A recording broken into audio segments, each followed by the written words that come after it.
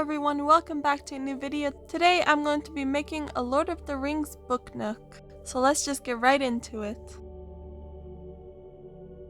I decided to make a book nook because I've been joining in Boylai Hobby Time's monthly craft challenges, and this month's theme was book nooks, so I thought I would make one.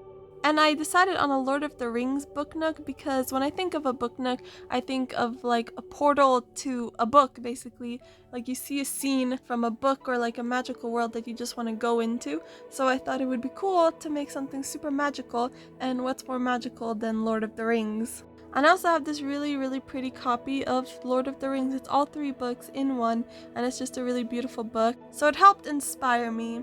There were so many different areas and places that I could have made, and I couldn't decide on my own, so I put up a poll to see what you guys wanted to see, and Rivendell won by a landslide. So I'm making Rivendell, but I really liked how this book nook turns out, so if this video does well, then I will make a little series and make all of the locations that I put in the poll. So if you want to see the others, then consider subscribing and watching my videos. But anyways, let's just jump right in. I wanted to make this book nook kind of the size of a book so it would fit on the shelf with all my other books. So I cut a 8.5 by 11 piece of cardstock down into a much smaller size. I think it was 6.5 by 9 or something, and it fit the proportions of my bookshelf a lot better. So that was the size of the layers that I'm working with.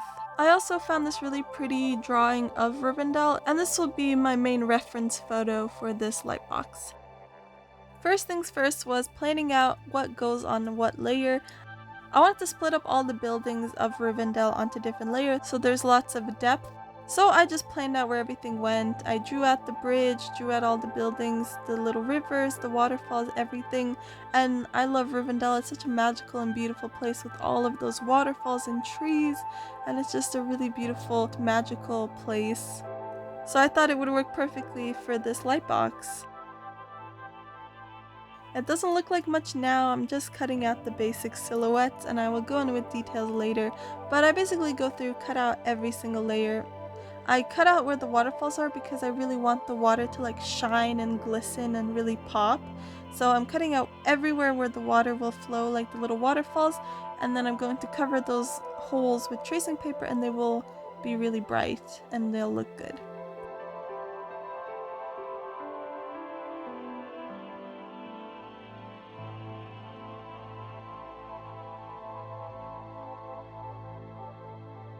For details on the buildings, I try to do the same thing on all of them so they're cohesive.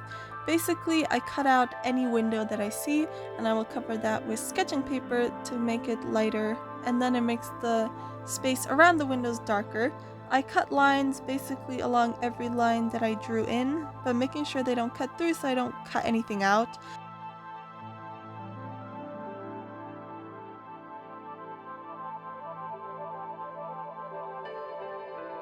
And then I also cut in details and I add some really dark areas like on the spine of the roof, onto like the little towers, and here and there where I think it needs a little more darkness.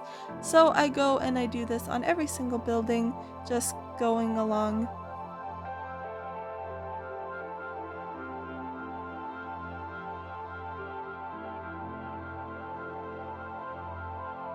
A lot of these buildings are really intricate because of the size of this project, so it was quite difficult to cut them all out, but it was really fun as well.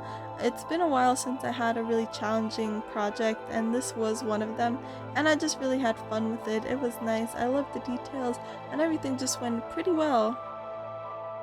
For the trees, the pine trees were really hard to cut out for some reason. They were small and pointy and just the shape was kind of awkward to cut out, so a lot of them looked a little wonky, but they're so small in the lightbox that I don't think it really matters that much.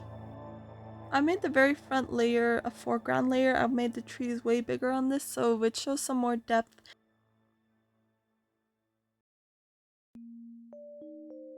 And now it's time to go back in and cover all of those holes where the waterfall is because I don't want them to be see-through, so I just trace out the shape that I will need for the sketching paper and I cut out all those pieces and glue them in where they belong, and it really makes the waterfalls pop because they're so much lighter compared to everything and it just looks really pretty. Every time I watch The Lord of the Rings, I always wished I could live in Rivendell. It just seemed so perfect. So I tried my best to capture that magical feel.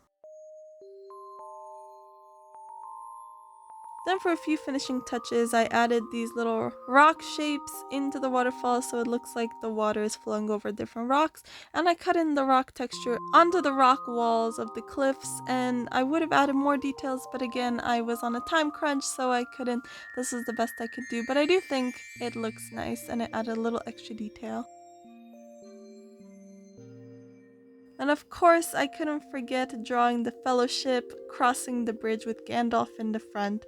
So I just cut them out. They look really rough because they're so tiny, but I think you can kind of tell who they're supposed to be, and it just was a nice little touch.